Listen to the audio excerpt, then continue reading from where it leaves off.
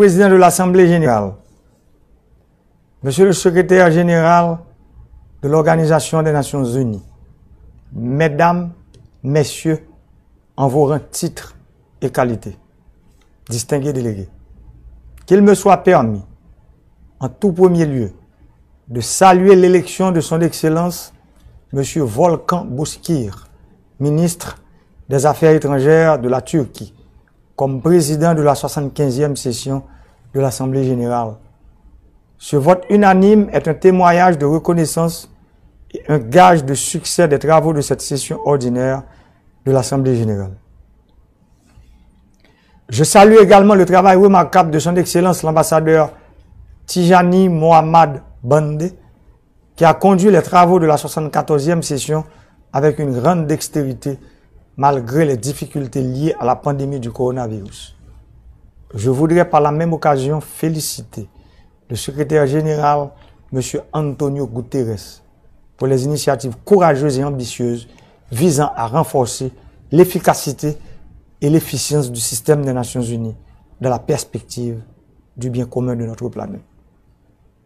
Monsieur le Président, notre monde est actuellement confronté à une crise sanitaire majeure provoquée par le virus du Covid-19.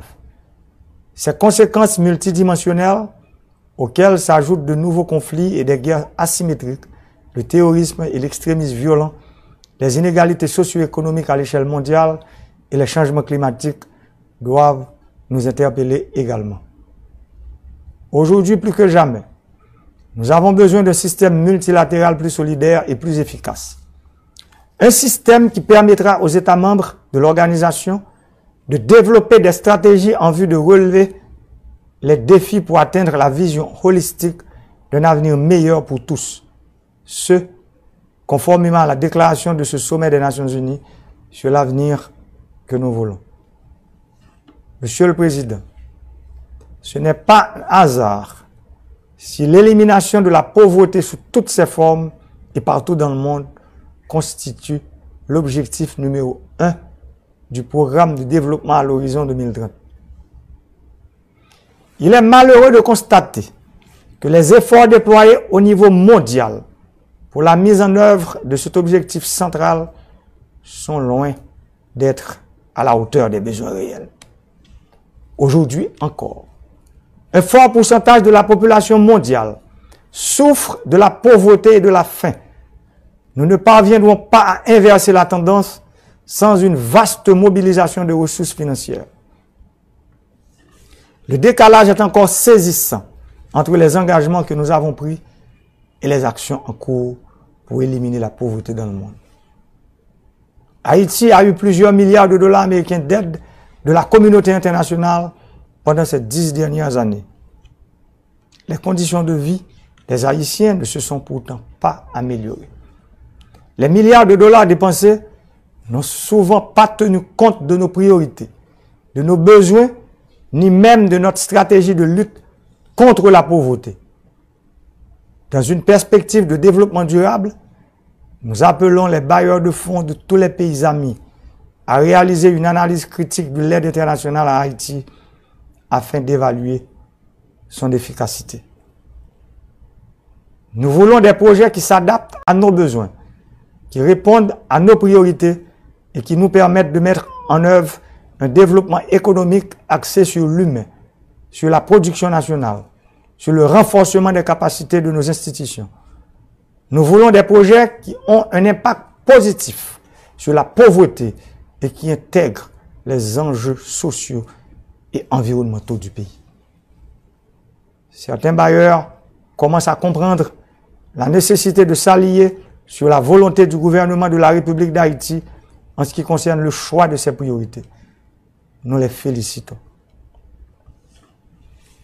Monsieur le Président, nous sommes à 10 ans de la date butoir pour la réalisation pleine et entière des objectifs de développement durable. Beaucoup de pays ont déjà réalisé des progrès considérables en ce sens. D'autres, en dépit de leurs efforts, sont encore à la traîne. En Haïti, les besoins en termes d'urgence, de redressement et de développement à long terme demeurent immenses et exigent un investissement cohérent dans plusieurs domaines. En l'état actuel de mon pays, la poursuite des objectifs de développement durable constitue un défi majeur. Des efforts gigantesques et soutenus devraient être déployés dans les domaines prioritaires tels que les infrastructures routières, agricoles, électriques, numériques, portuaires, aéroportuaires, l'éducation, la couverture sanitaire, les logements sociaux, la mobilisation de l'investissement direct étranger, la reforestation, la protection de l'environnement, la relance de la production agricole, l'accès à l'énergie pour tous à partir de sources renouvelables et l'accès au crédit à tous, surtout aux jeunes et aux agriculteurs. Monsieur le Président, j'ai pleinement conscience de la responsabilité qui est mienne de veiller à l'établissement des conditions essentielles pour garantir la sécurité, la paix, la stabilité et le développement à long terme d'Haïti. Mon pays qui se heurte depuis quelques décennies à une crise socio-économique complexe et à une polarisation excessive et violente de la classe politique ne pourra y faire face seul. La République d'Haïti se relèvera, mais avec un appui durable, cohérent, efficace et bien coordonné de la communauté internationale. Aujourd'hui, la République d'Haïti est amputée d'une institution indispensable à la bonne marche de la démocratie, le Parlement. Nous avons mis en place un nouveau conseil électoral provisoire pour réaliser des élections crédibles, transparentes, inclusives, libres, honnêtes et démocratiques. Fidèle à cette tradition historique, la République d'Haïti s'est toujours évertuée à promouvoir et défendre les valeurs et principes de liberté universelle, de paix pérenne et de coopération entre les nations du monde entier. Sur cette base, mon pays se range constamment aux côtés des États membres de la communauté internationale désireux de bâtir un ordre mondial plus juste et plus équilibré conformément aux buts et principes énoncés dans la Charte des Nations Unies. C'est dans cet esprit que je salue l'initiative du secrétaire général qui a formulé des propositions pertinentes pour réformer l'organisation. Je l'encourage à intensifier les efforts pour renforcer l'ONU afin qu'elle soit à la hauteur des nouveaux défis du XXIe siècle. À cet effet, j'encourage tous les États à s'engager non seulement à développer une compréhension commune et à mener des actions collectives dans la lutte contre la pandémie de Covid-19, mais aussi à accélérer la mise en œuvre des programmes d'action qui soient conformes aux 3 piliers des Nations Unies: le développement, la paix et la sécurité et les droits de l'homme.